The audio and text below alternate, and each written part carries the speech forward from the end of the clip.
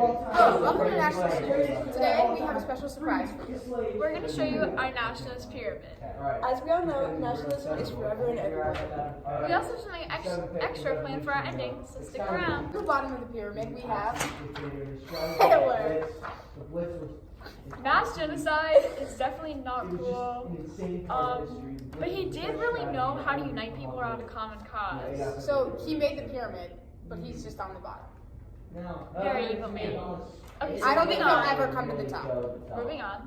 Number slot 2. Vladimir Putin. Vladimir Putin is second because He's also done bad things. He's also done bad things, but he's not as bad as Hitler. So Obviously. we have to put someone in the middle, you know what I mean? Okay, so moving on, we have Evo. He didn't really rose up. He really shows us what you can do coming from the bottom, rising to the top. But he also shows us how far the mighty can truly fall. This is the Golda Meir. She definitely did a lot of things. She helped to build Israel, founded it. She helped to create that safe haven that Jewish people really needed. She wasn't a bad person, so she's just like she's neutral, so she's on here. Doesn't deserve to be last. And she's a female. Go with it. Okay. Next. I don't know how he felt this fucked. Cavour. This is Cavour. Everyone's favorite Italian nationalist. He helped to gain Italian freedom By using other people's diplomatic, through cunning diplomatic skills. He was able to talk his ally France into using his army. Yeah, and make his country free. so now he's great. We'll be back in a minute, everyone. We actually here's our first special surprise. Next up, we have Bismarck, and for Bismarck we're doing a special interview, so Welcome, to the Bismarck. stage. We're so happy to have you here. Would you like to answer a few questions for us? Sure. So it's really exciting to have you here. First I wanted to ask you, what sparked you to become a nationalist? I definitely seen the injustices that went on in Germany, how my people were definitely pushed around by the Russians, the Austrians, the English, and everybody, and we were just like the scum. They just came to fight their wars in our home, and it wasn't okay. I definitely understand. I'm really sorry that happened. What was your plan when you decided to become a nationalist? I just knew that I had to get Germany some freedom, even if I died trying. We had to get some freedom for Germany.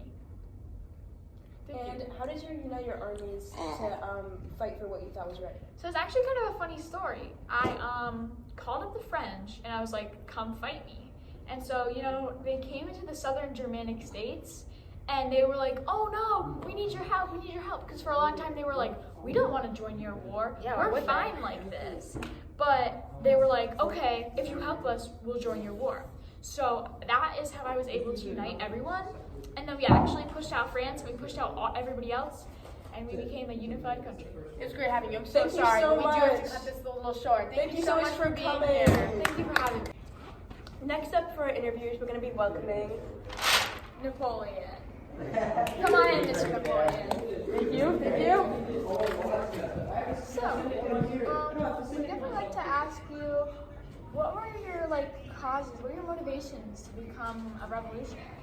Well, I kind of grew up in a trailer park and not a good home, and I witnessed so many things, and it just wasn't right, and I didn't feel like the world was right. And since I grew up so bad, I just wanted to change things. You're an inspiration to so many people. I wanted to ask you, how did you lead up to becoming such a famous person? Well, everyone kind of believed in me and looked up to me when I stopped that mob. And ever since then, I just tried to protect France and just do what is right for the country and just think about the people. It's really impressive how you were undefeated for such a long time and you had such a strong army. How did you do that?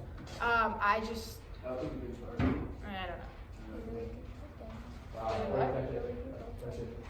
Is that it? No. Do you regret any of the things you've done? Because I know that You definitely fell pretty far. You were really ruling it all, and you honestly came back there for a while. But you let your wants best of you, and you threw away France just so you could try and win another battle. Do you regret that? A little bit, yeah. I mean, I shouldn't have just left my armies there. I get that, but I just had to do what I felt was right. And I know I realize now that it was wrong, but I can't change the past, and I don't regret it. Thank you so much for coming to Vossen. Yeah, thank you for having me.